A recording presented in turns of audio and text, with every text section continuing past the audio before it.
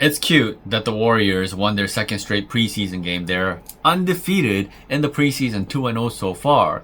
But you saw the game, you know that the Warriors had some problems and essentially lost this game and got blown out with the players that are actually in rotation in the first 3 quarters. Listen, shout out to Pat Spencer, Quinton Post, Will Richard, LJ Cryer, all these guys. They played well in that 4th quarter. But we are ultimately focused on the players in rotation for the Warriors and how this team is going to look when you put all those relevant pieces together. And unfortunately, the Warriors' young core of Brandin Podziemski, Moses Moody, Jonathan Kuminga, Quinton Post, these guys did not really show up. They didn't really inject energy into this team. And well, that's what it's supposed to be. You got a bunch of older veterans and you have a bunch of young guys that are supposed to come in, inject energy, and play a powerful brand of basketball, and they showed none of that in this game. So should the Warriors be concerned in terms of these 3 guys remaining in their rotation and the Warriors trying to vie to contend for a title this season once again? The answer is definitely somewhere in between. And we'll go over the nuances of that in this video. And if that sounds good to you, be sure to subscribe,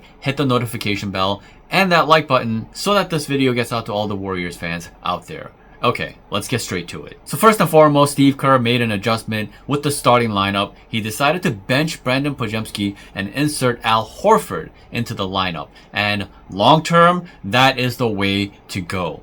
Steph Curry, whoever you want to stick in that shooting guard spot, and we'll talk about that. And then you got Jimmy Butler, Draymond Green, and Al Horford, and that sets up the structure and the foundation for the Warriors to be a serious team night in and night out when it comes to their defensive presence, defensive understanding, defensive force, defensive rebounding, all these things. That is the prerequisite and the precursor to building a great basketball team. You have to have those things in place before you start to call yourself a basketball team, because if you don't have those fundamentals set, well, less of that being the case, the less you are to be taken seriously.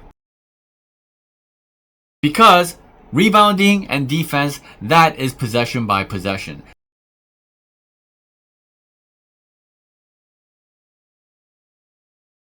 That is going to determine the level of difficulty your team is going to be in terms of how the other teams deal with you. Because if your defense is set, if you're tough, if you're gritty, and you don't allow second chance opportunities, and you get tough stops, and you do that consistently, that's how you wear the other team out, and it makes the other team feel uncomfortable. They know that they have to execute as crisply as possible, because if their one shot doesn't go in, then it's over. But see, when the Warriors decide to go smaller, 3-guard lineups, guys at the power 4 spot that don't belong, you leave a smaller center on an island on top of that, and the next thing you know, the Warriors are playing unserious basketball. Having said that, some of the other nuances matter too. Like, what offense are they running? Are they executing crisply? Are they allowing the stops to get them out in transition and get easy buckets? How does the spacing look? All of that is secondary. As long as the forward spots are set for the Warriors, I'm okay with whoever Steve Kerr decides to put in at that shooting guard spot. Whether it's Buddy Hield, Moses Moody, Brandin Podziemski. Again, I think when Melton comes back, he would probably be the ideal guy to play alongside all the veterans. But after the first game that Moses Moody had, I thought he deserved an opportunity to get a look at that starting 2-guard position,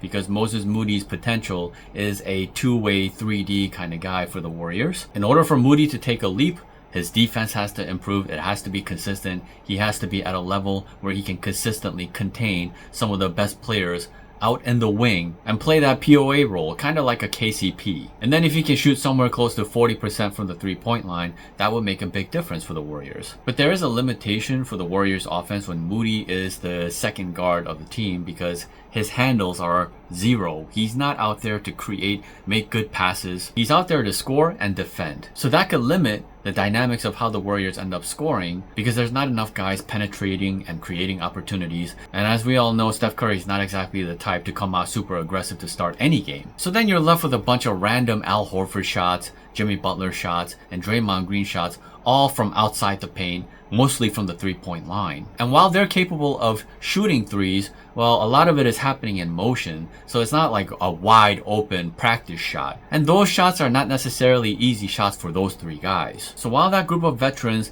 and Moses Moody has some potential defensively. Offensively, it might not be consistent enough to be top-notch in the league. I just think Moody is kind of missing that critical component to make this unit more complete. So since the Warriors are in the process of trying a bunch of stuff, they might want to try putting Brandin Podziemski in there next. They might want to even try Buddy Hield in there. I'm okay with the sharp shooting of Buddy Hield and Steph Curry in the backcourt if the front court is as big as this. Having said that, the second unit looks like an issue. Steve Kerr put out a lineup of Pods, GP2, Buddy Hield, Jonathan Kuminga, and Quinton Post as his primary secondary unit, and they quickly got out to a -13 deficit in like a 4-minute span. I mean, just take a look at this lineup for a second.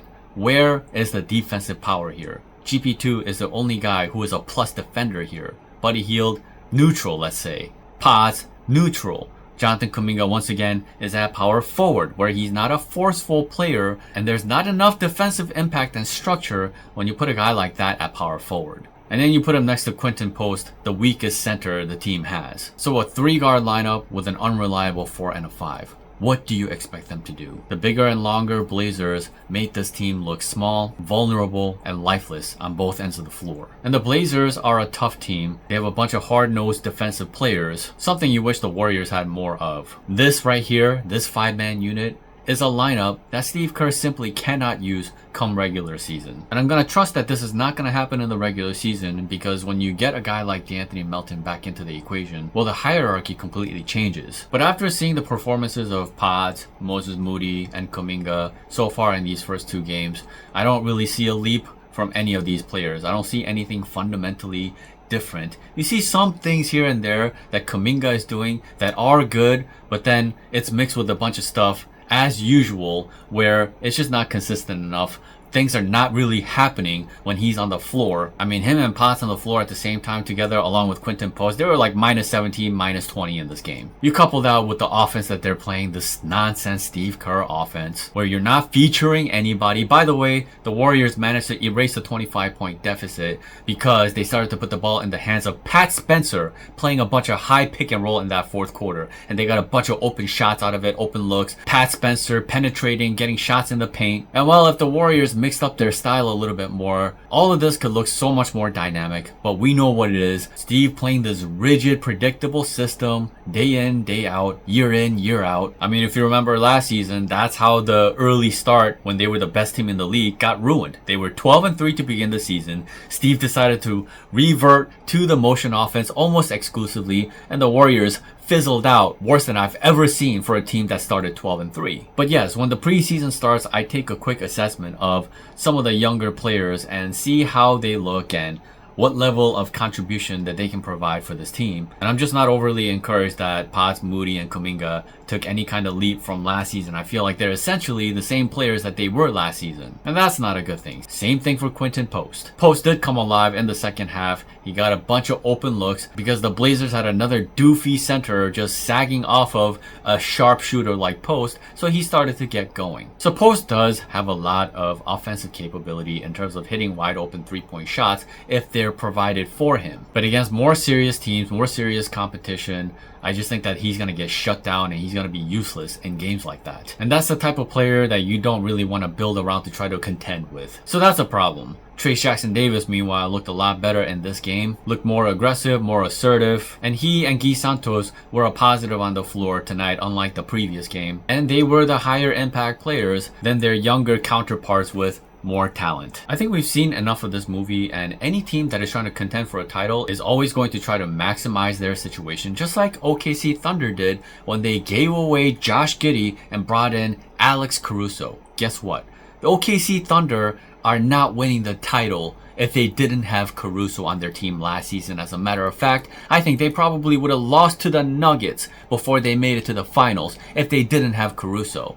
Think about it. So that's the kind of consolidation trade the Warriors have to try to look for before the deadline. If you gotta use some of these NBA starting caliber type of guys, I think Pods, Moody, and Kuminga, all of them have the potential to be starters on another team. But that doesn't mean that they can play the role of a championship contending level piece. That's a completely different thing. And that's what the Warriors need, and they got closer to that by picking up more veterans like Al Horford and Melton in the offseason. You can put these labels on the veterans because you know what they're going to get out of them. Their roles are defined. With guys like Pods, Moody, and Kuminga, how would you define them as players other than that they're young and inexperienced and they need more time? The closest player that is trying to earn a label right now is Moses Moody as a 3D two-way player. And as I stated, he comes with limitations. But if they can flip one or a couple of these players for ready to contribute right now,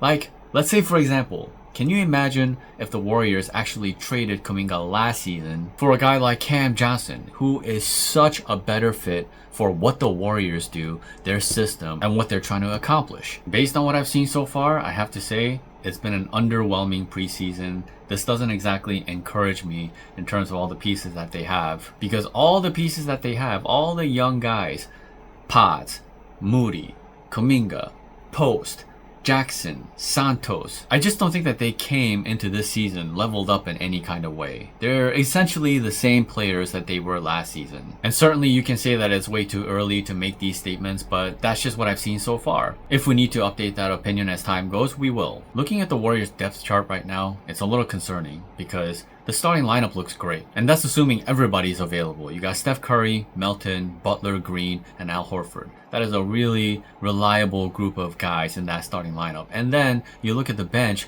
there's like 9 guys that should be in rotation. Obviously, some of those guys will not be in rotation. But let's just take a look at this right now. You got Pods, Hield, GP2, Seth Curry, and Moses Moody. That's like 5 guys that are small. I don't know who Steve Kerr is going to end up sitting out, but that's absolutely ridiculous, and the Warriors absolutely need consolidation there. I didn't even mention Pat Spencer in that. And then you got Kuminga, Santos, Post, and Trace. Out of those players, Santos is reliable for the most part, and then you got Trace and Post, who to me against real competition are a little bit questionable. Actually, Post is really questionable against real teams. And then Kuminga, yeah, I just don't see the consistency there for him to fit with what the Warriors are trying to do. You need to unleash him, but he needs to be a part of the system.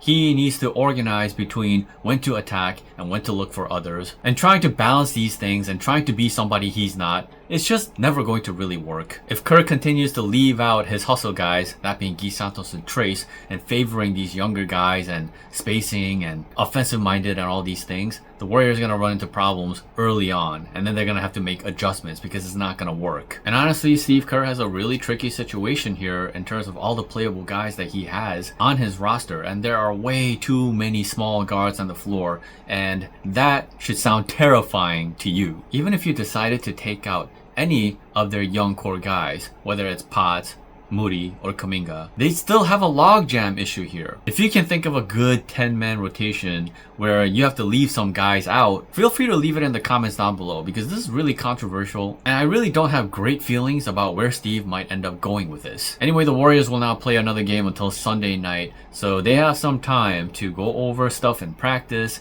go over film, see where they can improve, who should play, who shouldn't play. We'll see how all of this end up turning out. I'm really looking forward to seeing Seth Curry on the floor at some point for the Warriors. He once again did not get to play in this game. And one other thing of note, Steph Curry shot a 3 in this game in the first quarter, made the shot, the defender hit him in the arm like this after, and Curry got rewarded for a 4-point play. That's a new rule that the NBA is apparently implementing this season as Steph Curry's career winds down, of course. But if the refs call that with any type of consistency, it's going to be a big year for Steph Curry, because he's going to get a lot of foul calls that he did not get for a chunk of his career. Lots of 4-point plays on deck, lots of trips to the free throw line on deck. And a quick shout out to Jimmy Butler, who looks exactly like he did last season in terms of being able to attack, go to the rim, get fouled, get to the free throw line, and just be a reliable force out there whenever the team needs it. We'll continue to monitor everything as needed. Again, the next game isn't until next Sunday, so we'll do further evaluations then.